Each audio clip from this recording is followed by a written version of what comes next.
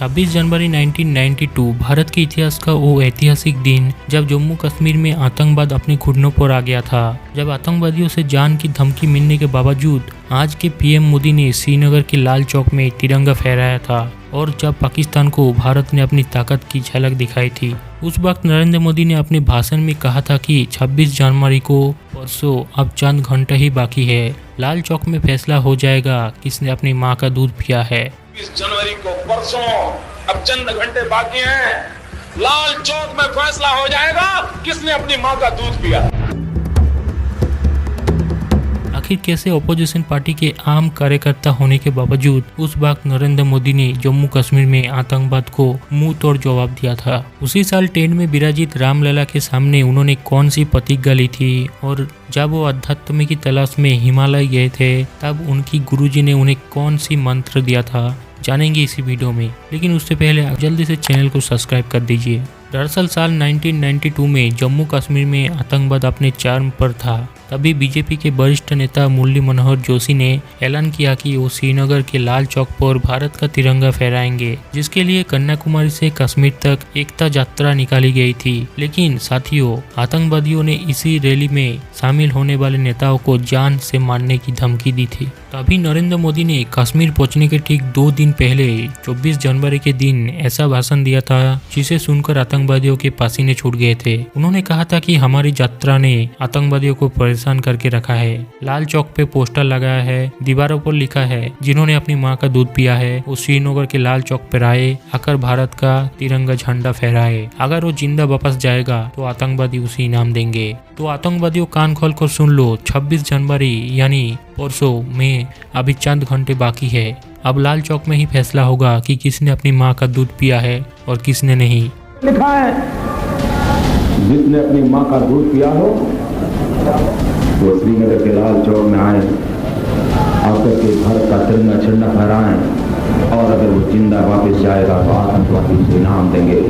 आतंकवादी कान खोल कर सुन ले, 26 जनवरी को परसों अब चंद घंटे बाकी हैं, लाल चौक में फैसला हो जाएगा किसने अपनी माँ का दूध पिया। 26 जनवरी के दिन नरेंद्र मोदी मुरली मनोहर जोशी के साथ लाल चौक पर पहुंचे और भारत के तिरंगे को पूरी शान के साथ फहराया। 17 मिनट तक चले इस प्रोग्राम में कार्यकर्ता को सीना ताने खड़े देख आतंकवादियों में दहशत फैल गई थी और उन्होंने एक रॉकेट भी दागा था जो लाल चौक से थोड़ी ही दूर पर जाकर गिरा था। 5 से 10 फीट की दूरी पर गोलियां भी चलाई गई थी, लेकिन देशभक्तों के हौसलों के आगे सब कुछ फेल हो गया। ऐसे ही और कई किस्से भी है जिसमें पीएम मोदी ने देश के दुश्मनों को खुलेआम चुनौती दी डाली थी।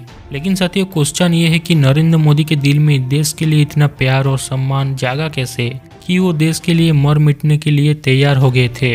आइए जानते हैं पीएम मोदी के जीवन से जुड़ी हुई कुछ अनसुनी बातें। नरेंद्र मोदी आज़ाद भारत में जन्मे देश के पहले प्रधानमंत्री हैं। उनका जन्म 17 सितंबर 1950 के दिन गुजरात के मेहसाणा जिले के वडनगर गांव में एक गरीब परिवार में हुआ था। उनकी मां का नाम था हीराबेन मोदी और उनके पिता का नाम था दामोदर दास मूलचंद मोदी।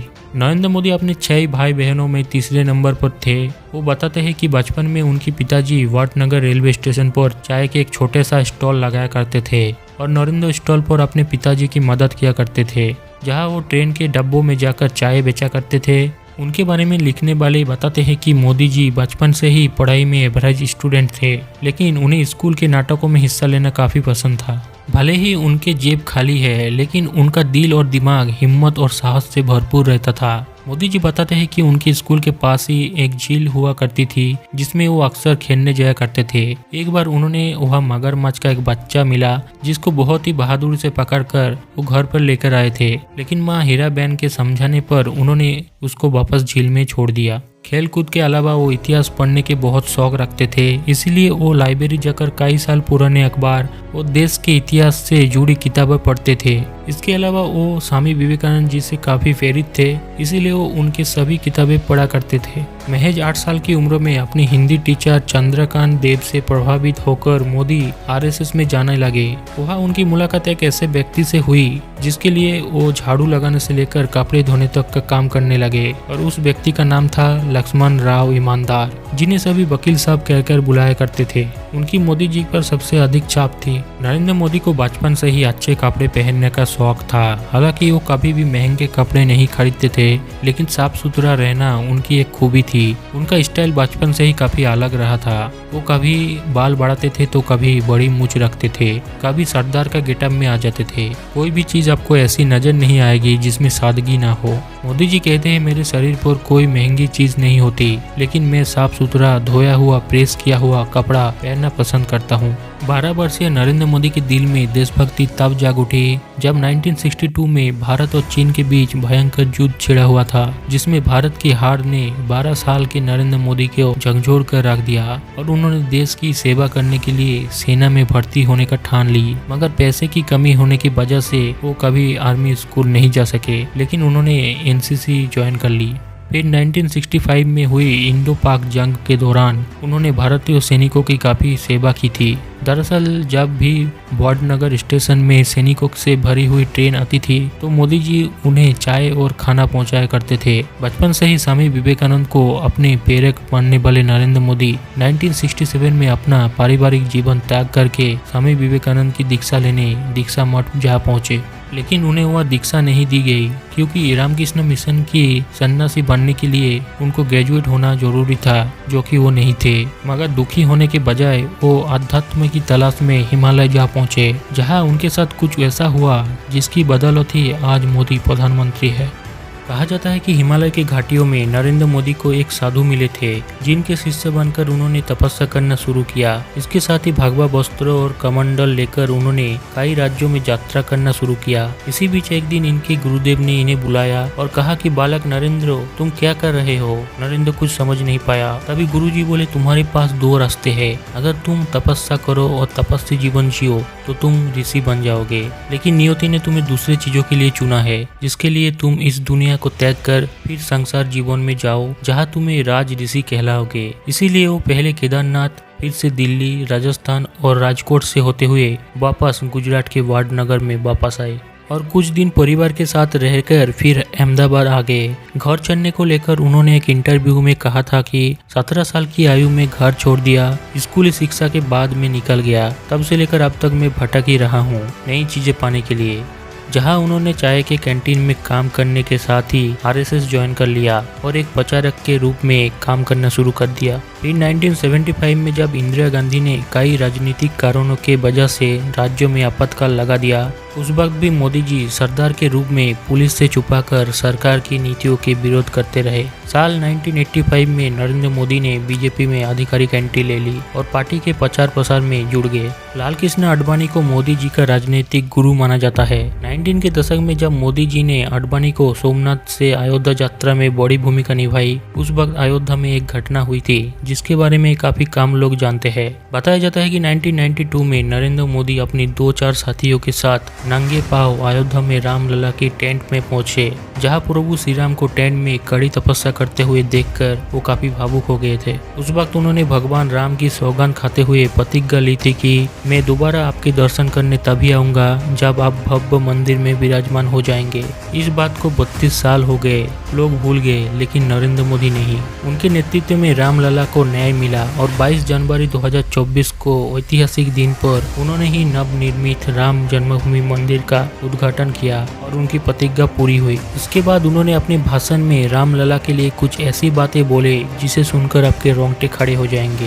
राम भारत की आस्था है, राम भारत का आधार है, राम भारत का विचार है, राम भारत का विधान है, राम भारत की चेतना है, राम भारत का चिंतन है, राम भारत की प्रतिष्ठा है, राम भारत का प्रताप है, राम प्रवाह है, राम प्रभाव है, राम नीति भी है, राम नीति भी है, राम नित्यता भी है, राम निरंतरता भी है, राम विभु है, विशद है, राम व्यापक है, विश्व है, विश्वात्मा है।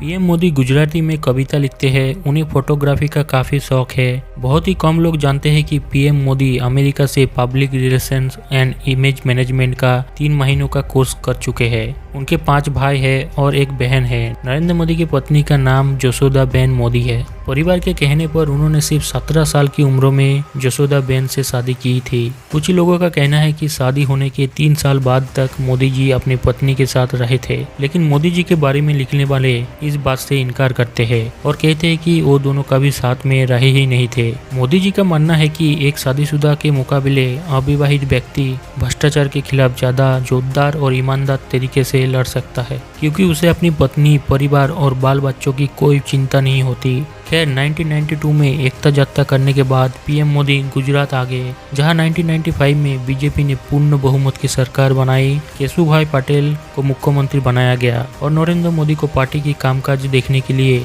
मुंबई बुला लिया गया। 1998 में गुजरात में फिर चुनाव हुआ और बीजेपी की सत्ता में वापसी हुई, लेकिन केशुभाई अब काफी बीमार रहने लगे थे। इसी बीच 26 जनवरी 2001 को आए भूकंप ने गुजरात को हिलाकर रख दिया था। लोग सरकार से निराश हो चुके थे। तभी केंद्र में एनडीए की सरकार थी और प्रधानमंत्री थे अटल बिहारी वाजपेयी, जिन्होंने मोदी जी से कहा कि तुम्हें दिल्ली छोड़कर गुजरात जाना चाहिए। पहले तो मोदी जी ये बात समझ नहीं पाए, लेकिन फिर उन्हें पता चला कि वाजपेयी उन्हें गुजरात का मुख्यमंत्री बनाना चाहते थे और गुजरात आने के बाद 7 अक्टूबर 2001 के दिन नरेंद्र मोदी को गुजरात के मुख्यमंत्री के रूप में नियुक्त कर लिया गया, जहां उन्होंने 4 बार लगातार जीत हासिल कर करीब 13 सालों तक गुजरात के मुख्यमंत्री का पद संभाला और फिर साल 2014 में बीजेपी ने केंद्रों में भारी बहुमत के साथ जीत हासिल की और 26 मई 2014 के दिन नरेंद्र मोदी बने भारत के प्रधानमंत्री। तो दोस्तों आज के लिए बस इतना ही। अगर आपको वीडियो अच्छा लगा तो वीडियो को लाइक जरूर करना और चैनल को सब्सक्राइब करना मत भूलना, ऐसे ही और भी वीडियोस पाने के लिए। तब तक के लिए दोस्तों बाय बाय, जय हिंद, वंदे मातरम।